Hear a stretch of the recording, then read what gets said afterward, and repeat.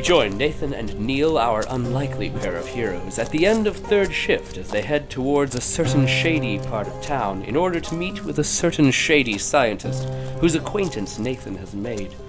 The tunnels they move through are rough and unfinished, and they have to skirt their way around piles of earth and crumbling rock.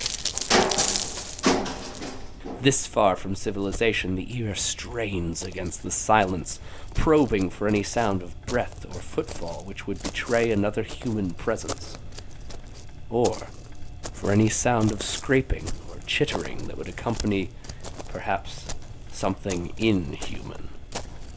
Neal and Nathan, however, have come too far to turn back now. Will they make their fortune selling the coveted containment tube? Or are they headed for certain danger? Stay tuned to find out. You better not screw this up. Come on, I won't. I don't like you.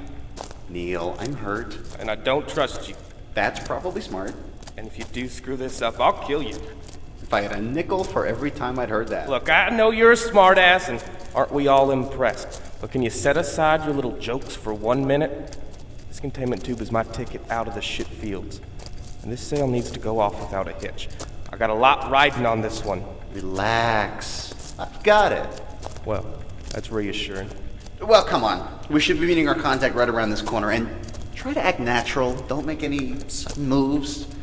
She was only expecting one of us. You didn't tell her I was coming? Well, I didn't know you'd be here. I don't trust you. We've been over this. I'm not about to let you sell this thing and run off on me. Cheat me out of my money. You don't trust me. I get it. Just let me do the talking, okay? Fine. Fine. Asshat. What did you call me?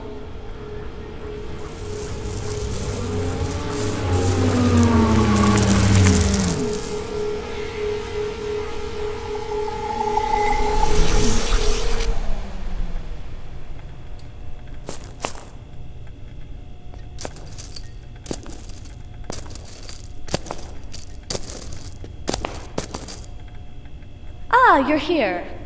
I thought you'd be alone. Dr. Calligari, so nice to see you again. You're looking lovely. I do not respond well to flattery, particularly when it is so obviously insincere. Do you have the containment tube with you? Of course not. No, of course not. And who are you, so pungent and so brash? He's a business associate. His name is not important. He was not invited? Beg your pardon, ma'am, but talk like that might make a fellow feel unwelcome. Neal's the name. Damn it, Neal, I said no names. Dr. Calligari. A pleasure, Neal. Now, I'm sorry Nathan here. No names! I'm sorry Nathan didn't let you know I'd be coming along. But the containment tomb belongs to me, and I'm not about to... Will you shut up already? I thought Mr. Henderson was doing quite well. I would appreciate it, Doctor, if you would... Wait, what did you call him? I don't remember offering you my last name. Somewhat unnerving, is it not? Now, can we please dispense with the misguided cloak and dagger routine and get down to business? You, Neal Henderson, found a containment tube in a pile of fecal matter, and now you wish to sell the item. Do you know what is inside? No. Damn it, Neal. Stop telling her stuff. She knows everything anyway. Mr. Henderson is correct, Rourke. I know you consulted with amateur scientists on the People Mover 2 days ago, who, predictably, were less than helpful. I know that was where you met and struck up a partnership. You should have come to me sooner. So, you'll buy it? Let's talk about an offer. It would be difficult for me to assess the value of the item without first examining it. If we might adjourn to its present location, I could perhaps name an appropriate figure once I've seen the merchandise. I'm afraid that won't be possible, Doctor. A third party has taken it to a safe location. Even Neal doesn't know where it is. Ah, yes, the whore calling herself Allison. And since you brought Neal along, she is technically the fourth party in this case. You apologize right now for calling her that. A fourth party? No. You called her If you insist upon falling in love with a prostitute, Mr. Henderson, you had better get used to people pointing it out. Allison has secreted the containment tube within her residence. I am not omniscient, and thus I do not know precisely where it is hidden. But I am confident that if you will accompany me there, we shall be able to locate Whoa it. there, Doc. I have no idea how you know all of this, but I am not happy about the fact you brought Allison into it. Now, she doesn't even know what she's holding for me. I couldn't live with myself if I put her in any danger. I only want to sell it so that I'll have enough money to get her out of that life, to get us both a few levels higher up, out of the ship. So pardon my manners, Doctor, but you can stay the hell away from Allison.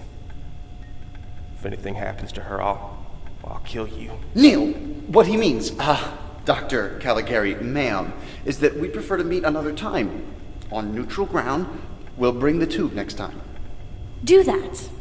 And I suggest you both be on your best behavior next time.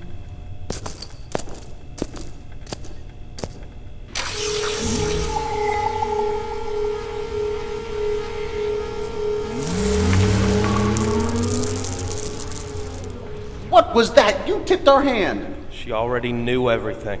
And you threatened a corporate doctor.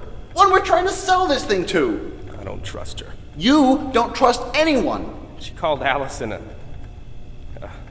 She's a whore. You... Ow! Don't you ever say that! She's my lady. I certainly hope so. You've trusted her with an awful lot, leaving the containment tube with her? She'll keep it safe. I hope so, because Calligari somehow knew where we'd hid it, and if she can find out, maybe other people can. Allison would die before she stabbed me in the back. Mother of shit, we gotta go to her! She's not safe, come on! And so our heroes dash off to rescue Neal's Lady of the Night. But what they don't know might kill them, for Special Investigator George Chamberlain is one step ahead of them, and already on his way to the abode of Miss Allison.